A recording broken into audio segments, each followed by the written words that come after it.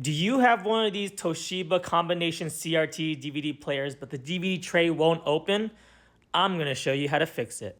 So I ended up seeing one of these combination CRT DVD players, and as luck would have it, the DVD player does not open. When you press it, there's a little grinding sound. I don't know if you can hear it. My mic probably can't pick it up, but it sounds like something is spinning, but something isn't catching, which is something that happens to a lot of these old electronics. So in this video, I'm gonna be showing you how to fix it. Now, I'm by no means an expert when it comes to CRTs. I actually just started getting into them. So as we go through this repair, I'm going to be showing you how to disassemble it safely. So first of all, if you've never worked with CRT before, it's very dangerous. You want to make sure that you unplug it and maybe leave it unplugged for a few hours, because these things can still hold a lot of electricity.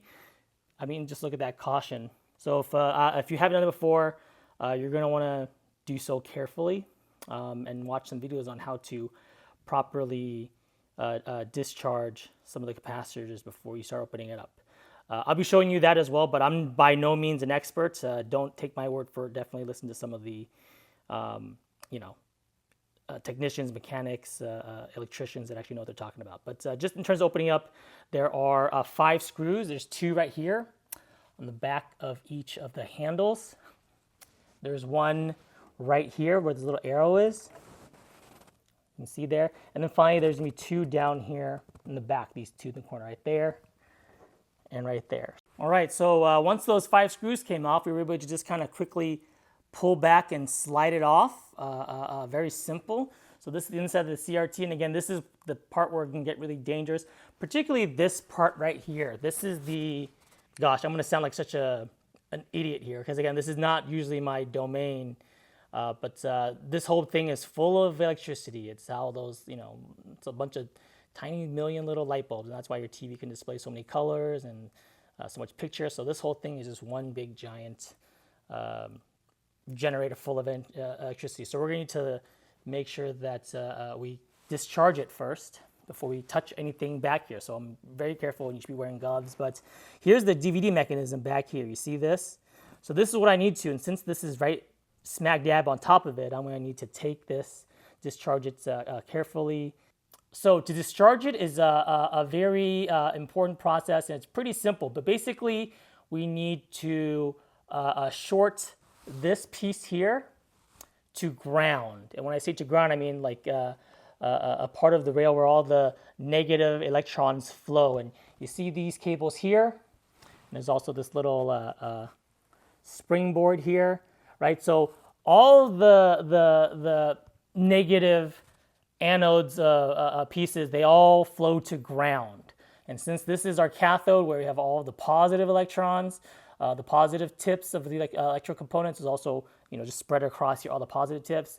They're all separate because they all power different parts of the components of the TV, but they all at the end of the day come to this ground. So we need to make sure that that touches ground so that all electricity can safely discharge amongst and spread out the rest of the TV. So in order to do that, we need to take some type of metal object and basically connect them. And we have to do this very safely so that we don't get shocked, because we want it to flow from the cathode to the anode, to the ground, and not flow through our bodies. So to do that, there's special tools you can use, but most people just use a screwdriver and a wire.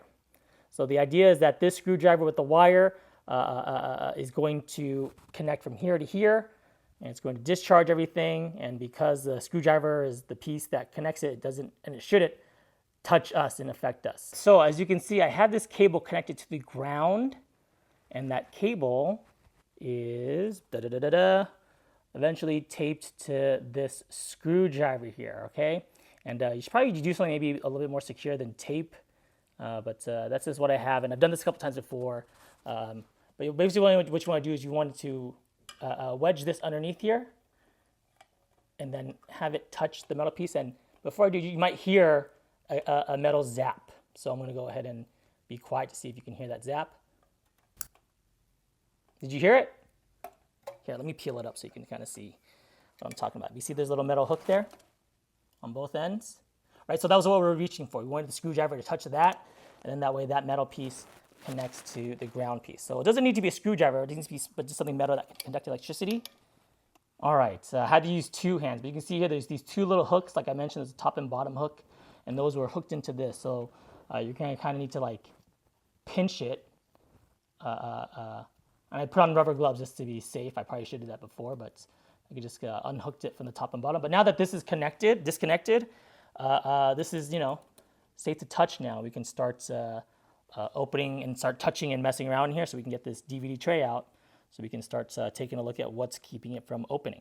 All right, so now that this has been safely discharged, you can actually just disconnect this part here, and it just kind of pulls off. It's very scary because it's kind of flimsy, but look, it just kind of pulls off, and there's like this little C-shaped ring of pins in here, and that's going to go ahead and just unpull right off. And then there's two things that we have to pull out, and I can't do it with one hand, so I'm going to have to put it down. So we're going to unplug this right here. This piece just pulls right out, and then this piece right here, you can kind of pinch these, and then it also just pulls out. But again, the whole thing's rocking. I'm going to have to use two hands for that. So pull this out, unplug this up, and then finally there's going to be two screws that we have to undo. So one screw here, and then one screw there.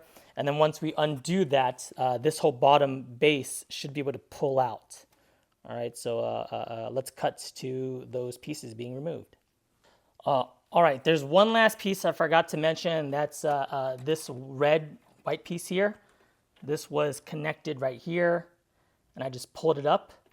So that's the last thing I mentioned. So to kind of recap, it was the two screws here and there, this piece that was connected right here, and then this black piece that was connected to this CRT board.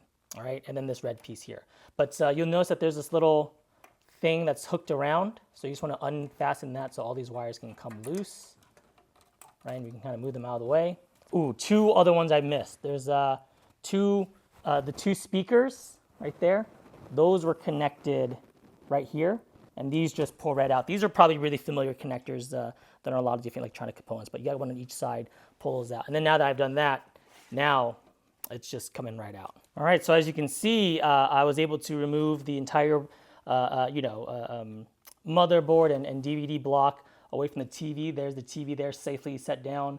And this is great. I can actually now, do some cleaning, some dusting on these two pieces separately. But here it is. Here's the bottom piece, and let's go ahead and turn this thing around. And there's the DVD tray. This is the thing that was giving me so much grief earlier, and it wasn't opening. So now what we have to do is we have to open up this cage so that we can get into it and just figure out what exactly is the mechanism back here that isn't working. Again, is it a broken gear? Is it a broken belt? I'm most likely a belt. Not sure if it even has a belt, but if it does, that would be the case. All right, so now to get into this cage, we have a lot of screws to undo, okay? So we have, just from the top here, we can see we have 1, 2, 3, 4, 5, 6. Actually, this one you don't need to do. This one is just holding in that wire we had earlier. So we have 5 on top. On the sides here, we have 6, 7. On this other side, 8, 9. And then finally in the front, 10, 11. So 11 screws total that we're going to undo. We got 2 here, 2 here, 2 here.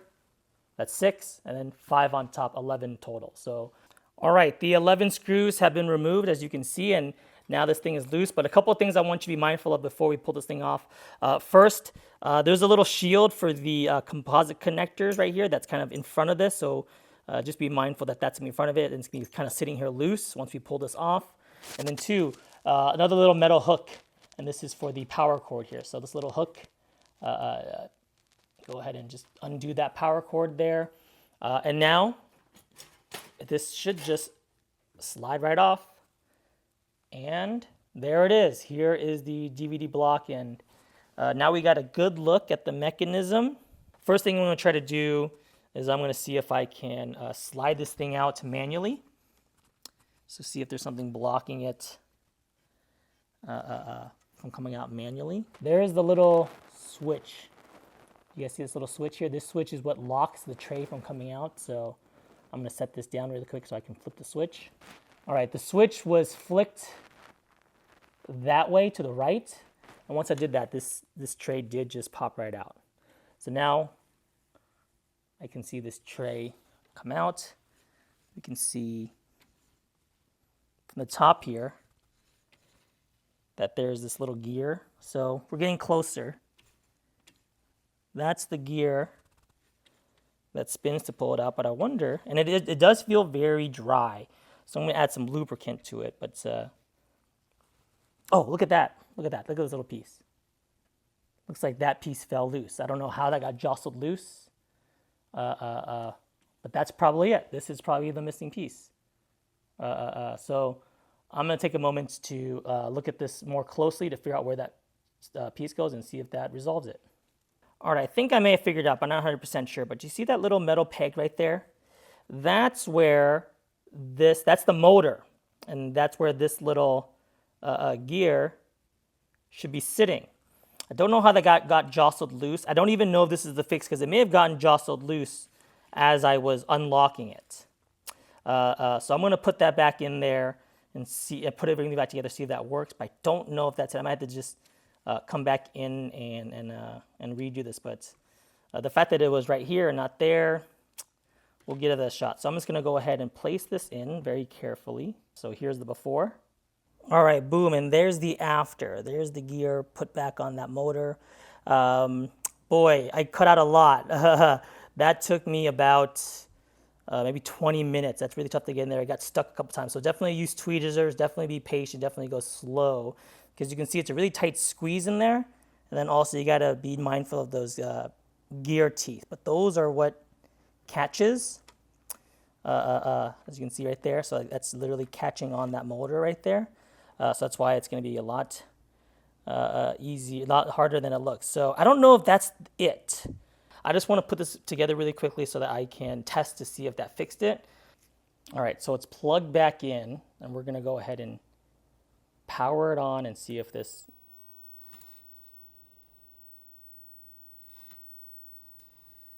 okay, looks like that didn't solve it. Pressing the open button one more time. Yeah, so whatever's not catching is still not catching. So let's go ahead and turn this off. Oh, that's curious. It fell out again. Maybe there's something going on. How did this fall out again? I wonder if it's just so dry that every time it tries to engage and re-engage, it just gets stuck. So I'm actually going to try one more time. I'm going to use my tweezers, get it out there, put a little bit of lube in there, put it back on, and let's see if that resolves it. All right, let's go ahead and turn this on now. Let's see if that helps. Okay. Different sound from before. Let's open. Okay, that wasn't making the same sound, but now it is making the same sound. I wonder if it fell loose again. That's so weird. I wonder if it needs to be like glued on, or maybe I'm just gonna lubricate all of the different ones. But let's turn it off. It fell loose again. So, what can we conclude? Something's going on in here, and I wish I could see, but something's going on where by turning it on, that piece is getting flung off. All right, we've cracked the case. I found out why that pesky motor gear keeps falling off, and it has to do with a hairline crack, and it's really hard to see. I'm holding this up against the light so that's hopefully more apparent, but yeah, there's a crack in here, so that's why it's when it's put under stress, any little bit of pressure, it cracks and then it spins right out. So you can kind of see right there against the light. Again, I'm so sorry. It's the hardest thing to see on camera, but in person, it's like it's clear as day. I don't want to force it anymore, but I'm going to press down. You can kind of see that little crack right there. Anyways, that's it. That's what's causing the issue, that little crack. And once that falls out, it's not turning any of the gears. It just continues to spin until it flips right out. And that probably just happens due to age, due to temperature changes, just being old. So I'm going to try to go online and see if I can find this part. If it is, I'll list it in the description. Otherwise, if I can't find a replacement for this, I'm gonna have to MacGyver this and see if I can glue this back together. So that's all we're gonna be able to do tonight. All right, it is now about a week later. A lot of trial and error, and I just want to let you know my findings. So, good news is we got this thing back up and running. As you can see there, there's a gear in place, and it opens and closes. And if I were to power this on, let's go ahead and turn it on. You can see that this is engaged. And if I open it,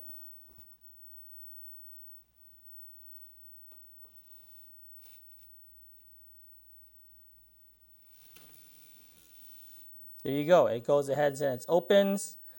The gear is still in there. It's not popping out or anything. And then let's go ahead and turn it back off, or close it again rather. And there we go. The gear doesn't pop out. It's a little bit noisy, but we're going to go ahead and address that in a moment with some lubrication. But just wanted to mention that one little gear that was cracked and that popped out, that's the fix. That's the solution. That is what causes these DVD trays to get stuck in there permanently, and the fix is to take it out and replace it. So what was the replacement? What ended up happening? The reason why this is a week later, because I bought several different sizes. I want to tell you my findings. So the original screw has some measurements. I'll go ahead and put them right here in text because I don't remember them offhand.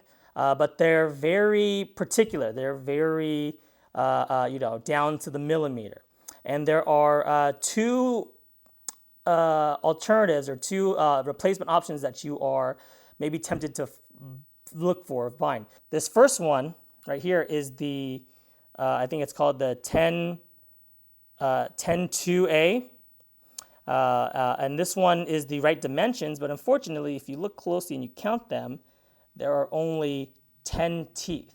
And because of that, these teeth are a little bit too wide, and therefore it won't fit in there. There is a 12-tooth version. This is the 12-2A,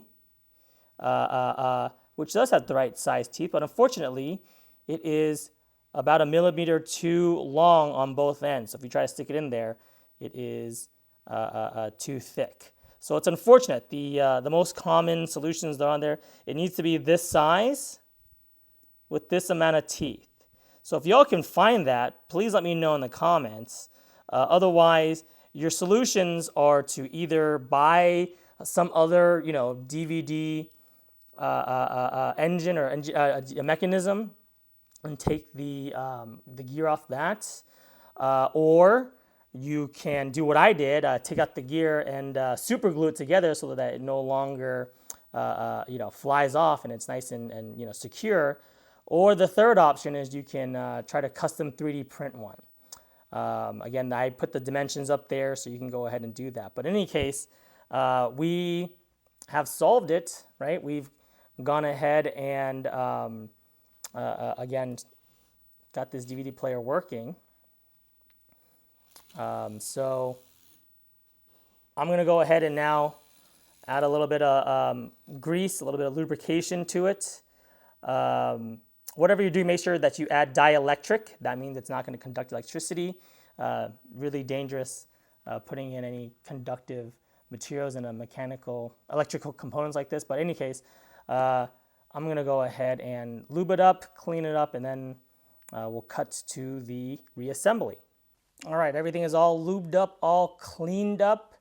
So it's time to reassemble this thing. So make sure that you push this tray back in and make sure that that little tab has gone in because that's what locks it in. You don't want to put everything together with this tray disengaged. That kind of defeats the whole purpose, and then it's just going to be sitting there ajar. So once you have that, we're going to go ahead and get our DVD tray. And as you can see, there's a little front slice here. This is going to sit right over there. And then you're going to want to line up a couple of these holes here. All right, you see how that hole matches up with that one. On the sides, you have a couple of holes that need to line up. And then in the front, you have these that need to line up. Just like that. All right, so just take your time, make sure everything is lined up perfectly. And then it is going to be, what was it, 10 screws? 11. 11 screws. All right, so I'm going to go ahead and put those together. And we'll cut to once it's screwed back. All right, all the screws are back on. Let's go ahead and recap. We have 1, 2, 3, 4. On the other side, 5, 6, and then 5 on top. 7, 8, 9, 10, and then the 11th one right back here. All right, so get all those securely screwed back in, and then that's going to take care of this base. And then now it's time to put this back into the television monitor. So we're going to go ahead and flip this around, and I'll bring that up and set it up here. All right, so we have the tube up here, and then we have our DVD tray and the motherboard, turned over now. And we're just going to slide this in. I just want to be careful to get all these cables out of the way. So we can just put this chassis slowly and carefully back in. All right, so it's back situated. Again, you can see on this side, that hole is in there. That hole is in there. It doesn't have to be exact. We're going to go ahead and, continue to maneuver a little bit. But now that we have that back in there, it's time to plug all these cables and wires back into their proper place. So first, on each side, you should have a little speaker cable there, and that's just really going to slot right in. Sorry if it's not the best angle, but it's a very simple connector. And then this side, better angle, slot right back in. Next is going to be this multicolored cable here that comes in from the this piece. You're just going to go ahead and there's a couple of like like 5-way pins here. So this is 4 cables. That's got 4 pins. So that's just going to plug right in.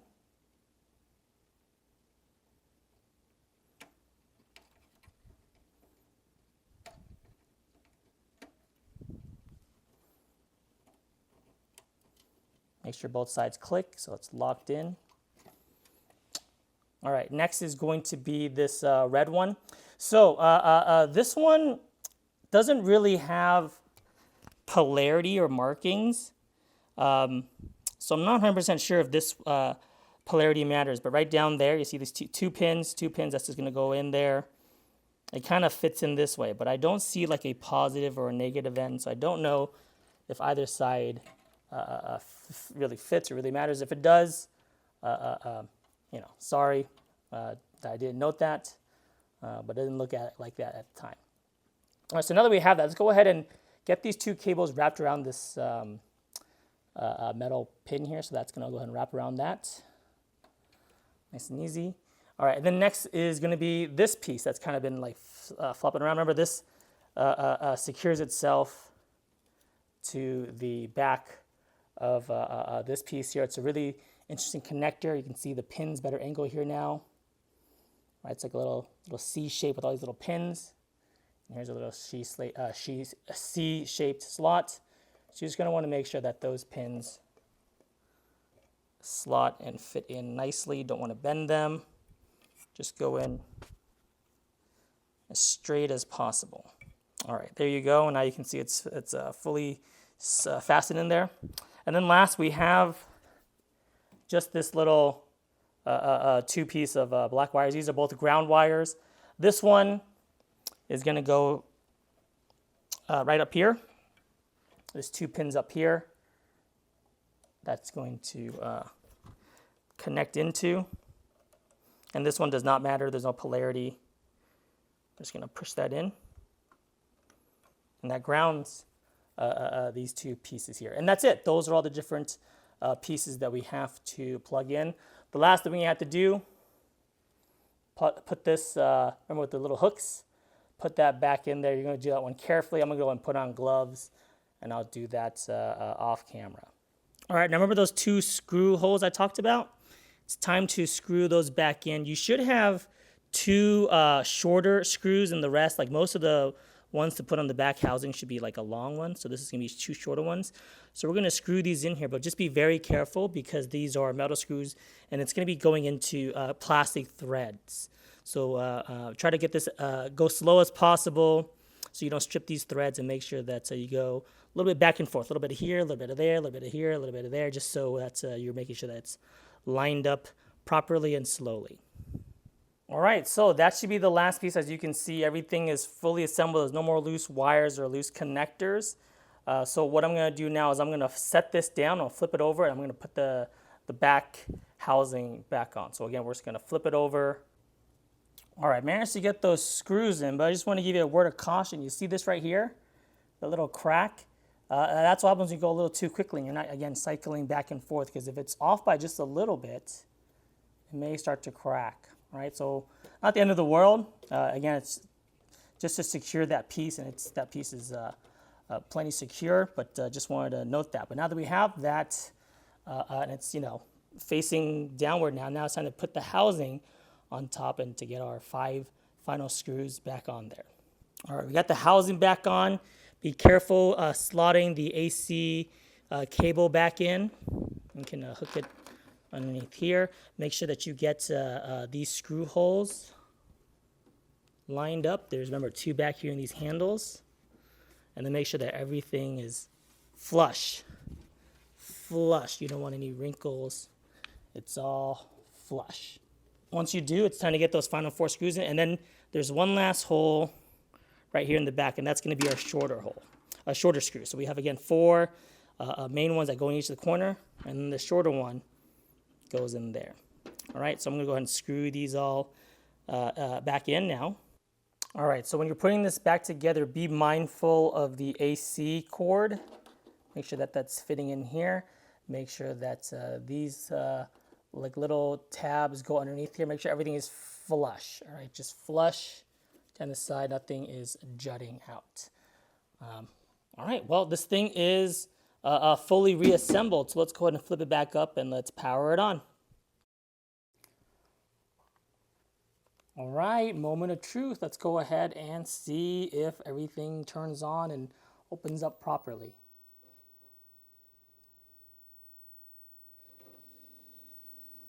There it is. Still a little noisy. Hopefully the grease works its way in pretty soon. But there you have it. That is the disassembly and the fix for the DVD tray on this Toshiba. I'm sure it may look a little bit different on your models, but same idea. Most of the times with these DVD players, it is that tiny little plastic gear that's over 20 years old. It just gets heated up and then expands, and then it contracts in the cold weather, and then it just cracks over time. But once that thing gets repaired, it's going to be good as new. Let's go and open it one more time. It's so satisfying now. Boom. All right, that's going to do it for the video. Thanks again so much for watching. Going to try to upload a little bit more regularly now. So again, please do me a favor, like, comment, subscribe. That keeps me motivated. That keeps me encouraged to keep going. Take care.